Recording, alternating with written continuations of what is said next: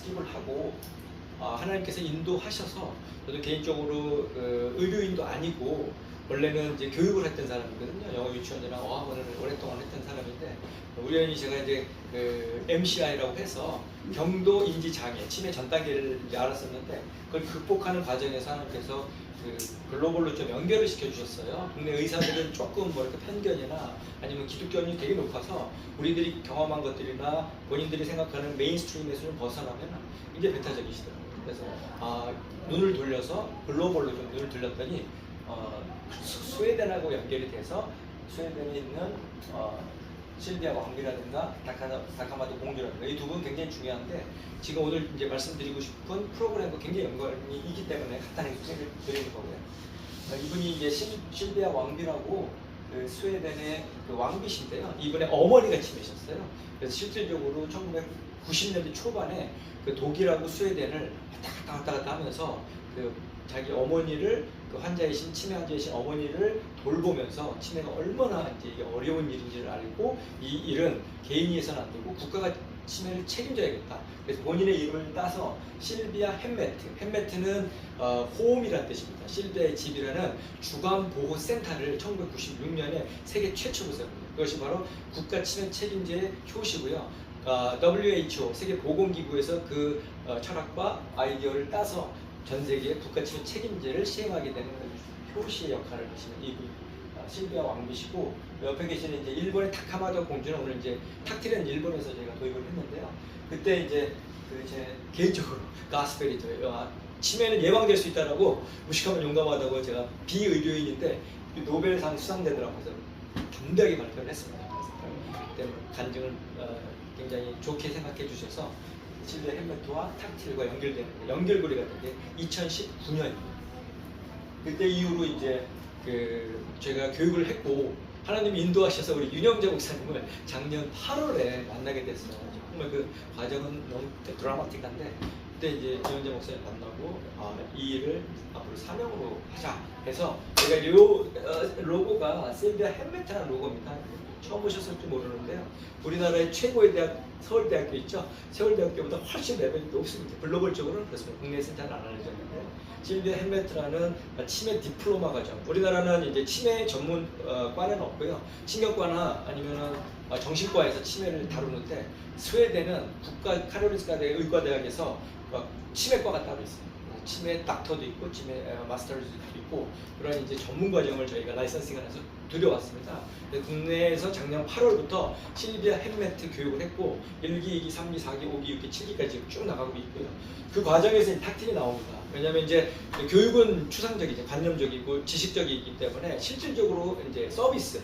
과연 우리 어머니께서 치매를 걸리셨으면 어떻게 해야 돼요? 라는 이제 지식은 있지만 서비스, 솔루션이 없잖아요. 그래서 전 세계를 돌아보니까 아직까지는 치매 치료제가 아직 나와 있지 않습니다. 물론 이제 지금 임상받은 에자에서 나온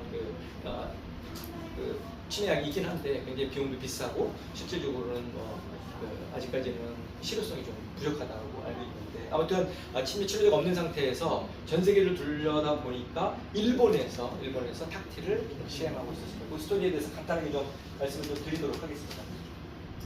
탁틸은 라틴어로 촉각, 아까 탁구의 탁자 기억하셨으면 좋겠고요. 촉각, 만지다, 어루만지다 이런 뜻입니다. 마사지가 절대 안 합니다. 아까 이제 윤영재 목사님 말씀하셨습니다만 작년 10월달에 탁틸을 찾아서 아까 이제 다카마도 공주와 미시노상이라는 이제 우리로 따지면 정경련 회장입니다. 그때 만났던 분들이 굉장히 그런 이제 영향력이 있으신 분들이었는데 통해서 탁틸 재팬을 알게 되는데 탁틸 재팬의 담당 CEO이신 오크다상이라는 분이 만나자마자 딱 하시는 소리가 탁틸은 마사지가 아닙니다. 마사지 절대 아니고요. 스킨과 스킨, 피부와 피부 간의 소통, 사랑, 커뮤니케이션이라고 보시면 되겠습니다. 여기 이 사진을 보시면 미숙아죠. 미숙아. 보통 미숙아를 어떤 아이들을 미숙아라고 그러죠? 예, 37주 이전에 태어난 아이들. 여기로 따지면 4구 3이 9개월 이전에 태어난 아이들이나 몸무게가 2.5kg 이하의 아이들을 우리가 미숙아라고 부르거든요. 이런 아이들 인큐베이터에 따로 좀 성장시키시잖아요. 그때 이제 우리 스웨덴의 한 간호사가 이 인큐베이터에 혼자 이렇게 엄마를 떨어져서 이렇게 외롭게 있는 아이가 너무 불쌍한 거죠. 긍휼과 사랑의 마음으로 손을 이렇게 쓰다. 오늘 탁틸 좀 경험하셨죠? 이렇게 쓰다듬는 거예요. 쓰다듬었는데 며칠 뒤에 계속 탁틸을 반복하는 과정에서 이 아이가 갑자기 막 체중이 증가하는 거죠. 미숙아는 체중이 저체중이잖아요. 체중이 증가하면서 체온이 안정되면서 건강해지는 모습을 바라보면서 이거 뭐지? 라는 이제 지적 호기심이 발동을 합니다. 그게 바로 이제 탁틸의 시작입니다. 그 뿌리는 굉장히 중요하고 탁틸이 우리가 뭐 손 만지고 이렇게 하고 이런 개념이 아니고 실질적으로 그 뿌리는 사랑과 긍휼이었다라는 거죠. 그때 시작된 이제 탁틸이 1960년부터 쭉 깊이를 가지고 연구 개발을 하게 됩니다. 스웨덴이라는 나라가 있죠. 스웨덴은 중립국가죠. 중립국가에서 그 2차 세계대전 때 유럽에 약 5천만 명이 죽을 때 스웨덴은 참전을 하지 않기 때문에 젊은이들이 다 살아서 고령화 인구를 구성합니다. 그래서 1980년대 후반에 이미 우리가 지금 겪고 있는 초고령화 고령 사회를 스웨덴은 이제 겪기 시작하죠. 근데 일본도 마찬가지죠. 우리는 2020년에 초고령 사회가 됐죠. 초고령 사회라는 것은 잘 알다시피 65세 이상의 인구가 전 국민의 20% 이상입니다. 그러니까 우리가 5천만 명이니까 1,000만 명 이상이 65세 이상이죠. 즉 5명 중에 1명은 65세 이상의 초고령 사회에 진입을 했는데요. 일본은 1990년대 말 2000년대 초반에 초고령 사회였고 스웨덴은 1980년대 말에 초고령 사회가 진입을 해서 일본도 2000년대 초반에 당황합니다. 국가 전체로 당황하고 초고령 사회가 되니까 이걸 어떻게 해야 되지 했을 때 주위를 돌아보니까 선진국 중에서 스웨덴, 덴마크에서 초고령 사회가 먼저 진입한 사회에 경험과 지식과 제도와 장기요양 보험 제도부터 시작해서 모든 정책을 도입하기 위해서 일본에서 스웨덴으로 약 5만 명이 가죠. 그때 여러 가지 솔루션 중에 하나가 탁틸을 발견합니다.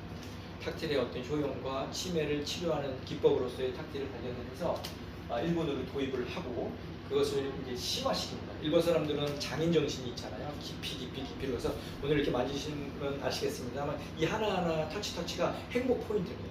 이거를 이제 10년, 20년간 빅데이터를 통해서 어느 지점에 어떻게 터치했을 때 행복감을 느끼는가를 연구 개발을 하는 거죠. 우리나라 사람하고 좀 성향이 좀 다른데요. 그래서 탁틸을 이제 심화시켰고 앞서 말씀드렸던 것처럼 저희가 이제 저희 나라도 이제 초고령 사회 치매에 솔루션이 없는 상황에서 그럼 어떻게 할 것인가를 찾았을 때 일본으로부터 탁틸을 도입하게 된 겁니다. 여기까지는 이제 역사 히스토리였고요. 그렇다면 정말 탁틸이 어떤 생리학적인 메커니즘이 있는가에 대한 의학적인 증명이고요. 여기 두뇌가 있잖아요. 이 두뇌 안에 깊은 곳에 시상이라는 곳이 있습니다. 시상 그 아래쪽 시상 하부에 있는 뇌하수체 후엽이라는 곳에서 우리가 피부를 이렇게 계속 만져주면 호르몬이 분비하기 시작합니다. 그 호르몬 이름이 바로 이제 옥시토신이라는 호르몬이 분비가 되는 거죠. 이게 굉장히 중요합니다. 오늘 외워 가시면 됩니다. 두 가지만 외우시면 되는데요. 하나는 옥시토신을 외우시면 됩니다. 옥시토신. 행복 호르몬입니다. 우리가 산모가 분만할 때 분비되는 자궁을 수축시키는 기능을 하는 그런 행복 호르몬인데요. 이 옥시토신이 분비가 되면 행복해집니다. 막 그냥 행복해지면 어떻죠? 말이 많아지죠. 말이 많아지고 막 신나지고 에너지가 넘치고 그런 호르몬 작용을 하는 게 옥시토신인데 우리가 탁틸을 하게 되면 뇌하수체 후엽에서 호르몬이 막 분비가 되면서 혈류를 타서 온몸에 퍼지게 됩니다. 그러니까 행복해지고 스트레스가 없어지고 갑자기 우울증이 사라지고 불면증이 사라지고 뭐 이런 현상들이 일어나는 거죠. 이건 저희 얘기가 아니고 과학적 증명을 이제 말씀드리는 거고요. 앞으로 탁틸이 뭐냐고 말씀 나눌 때 옥시토신이라는 꼭 기억하시고 그리고 탁틸을 직접 하실 때 또 받으실 때 그냥 막 딴 생각하시면 별로 효과가 없고요.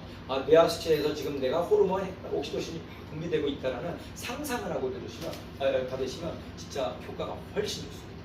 그래서 옥시토신을 하나 기억하셨으면 좋겠고요. 또 하나는 이제 저희가 이제 일본하고 대화를 하다 보니까 그럼 탁틸에 가장 즉각적으로 효과 있는 병명이 뭡니까 그랬더니 류마티스 관절염, 통증이잖아요. 통증을 막 느끼시는 분들한테는 거의 즉각적인 효과가 있다. 그 과학적 원리가 바로 게이트 컨트롤입니다. 한번 따라해 보시죠. 게이트 컨트롤. 게이트는 이제 문이라는 뜻이잖아요. 문. 게이트. 뭐 공항 가면 게이트 1번, 2번, 3번에서 문이 있잖아요. 컨트롤은 내가 통제한다는 뜻입니다. 그래서 인체에는 게이트 컨트롤하는 이제 메커니즘이 있는데 만약에 어떤 통증을 느끼잖아요. 무릎 관절, 뭐 어떤 뭐 팔꿈치 아프거나 오늘 우리 저희 사모님 발 아프시잖아요. 어떤 통증을 이제 탁 느끼면 그 통증이 뇌를 그러니까 CNS, 그러니까 이 중추신경을 통해서 뇌로 전달되면 뇌에서 인식을 합니다. 아 아프다, 아프다 이런 이제 그 시스템이 이렇게 돼 있는데. 페인 센스라는 것은 통감이라는 뜻, 통증을 느끼는 감각인데 이곳에서 통증을 느껴서 뇌까지 가는 속도가 초당 약 30m, 시속으로 따지면은 약 한 100km 정도의 속도로 빠르게 전달됩니다. 그래야 액션을 취하잖아요. 만약에 이런 뜨거운 그 냄비를 쥐었는데 통증을 못 느끼면 어떡하시겠어요? 잡고 있을 거 아니에요. 느껴야 빨리 손을 뗄 거 아니겠습니까? 그렇기 때문에 속도가 굉장히 빨라요. 통증을 뇌에서 인식하는 속도가. 그런데 촉감은 더 빠릅니다. 터치 센스, 우리가 탁테를 말씀드리잖아요. 터치 센스는 여기 훨씬 빠르죠. 2배 빠릅니다. 시속 270km. 그러니까 KTX보다 더 빠르다는 거죠. 또 굉장히 빠르요. 이게 어떤 의미를 가지고 있냐면요. 게이트 컨트롤, 아까 게이트 컨트롤을 했잖아요. 여기서 통증을 느끼면, 통증을 느꼈는데 막 올라가지 않습니까? 뇌로 올라가야 되죠. 근데 통증과 여기 감각, 이 촉감이 동시에 달리기를 한다면 촉감이 빠릅니다. 그렇죠? 만나서 여기서 문을 닫습니다. 그러면 통증이 올라갔을 때 게이트가 컨트롤 되기 때문에 우리 인체는 통증을 못 느낍니다. 그래서 할머니 손은 약손 해갖고 어디 아플 때 배를 이렇게 만져주시면 갑자기 통증이 사라지는 것처럼 느끼는 것이 바로 이 원리입니다. 그래서 게이트 컨트롤이라는 걸 기억하시면 되겠고요. 탁til을 하게 되면 옥시토신이 분비돼서 행복하다. 또 하나는 게이트 컨트롤을 촉감이 빠르기 때문에 통증을 완화시키는 역할을 가지고 있다. 이 두 가지가 이제 과학적 증명을 한 과학적 근거고요. 그럼 옥시토신 어떨 때 많이 나오냐면 이렇게 좋은 활동할 때 많이 나옵니다. 막 여러 가지를 할 때 행복해지잖아요. 그 중에 세 가지. 첫 번째 운동할 때 옥시토신이 많이 나옵니다. 특히 이제 유산소 달리기라든가 아니면 탁구라든가 뭐 빠르게 걷기, 수영 뭐 이런 유산소를 할 때 옥시토신이 많이 분비가 되고 또 하나는 이제 좋은 음악을 들었을 때 옥시토신이 분비가 많이 되고 행복해지잖아요. 착한해지고 옥시토신이 많이 분비가 되고 마지막 이제 탁틸 마사지를 하게 되면 옥시토신이 아까 말씀드렸던 이곳이 뇌하수체 시상에 있는 뇌하수체 후엽에서 이런 분자 구조를 가진 옥시토신이 막 분비가 되기 때문에 앞서도 말씀드렸던 것처럼 탁틸을 하실 때 받으실 때 반드시 뇌에서 지금 행복 호르몬 옥시토신이 막 분비되고 있다는 믿음을 가지시면 효과가 두 배 있다라고 말씀드릴 수 있습니다. 저희가 사실 이건 제가 이제 요약을 간단하게 지금 드렸던 부분이니까요. 찰칵 찍으세요. 이걸 기억으로 찰칵 찍으셔도 좋고 핸드폰으로 찰칵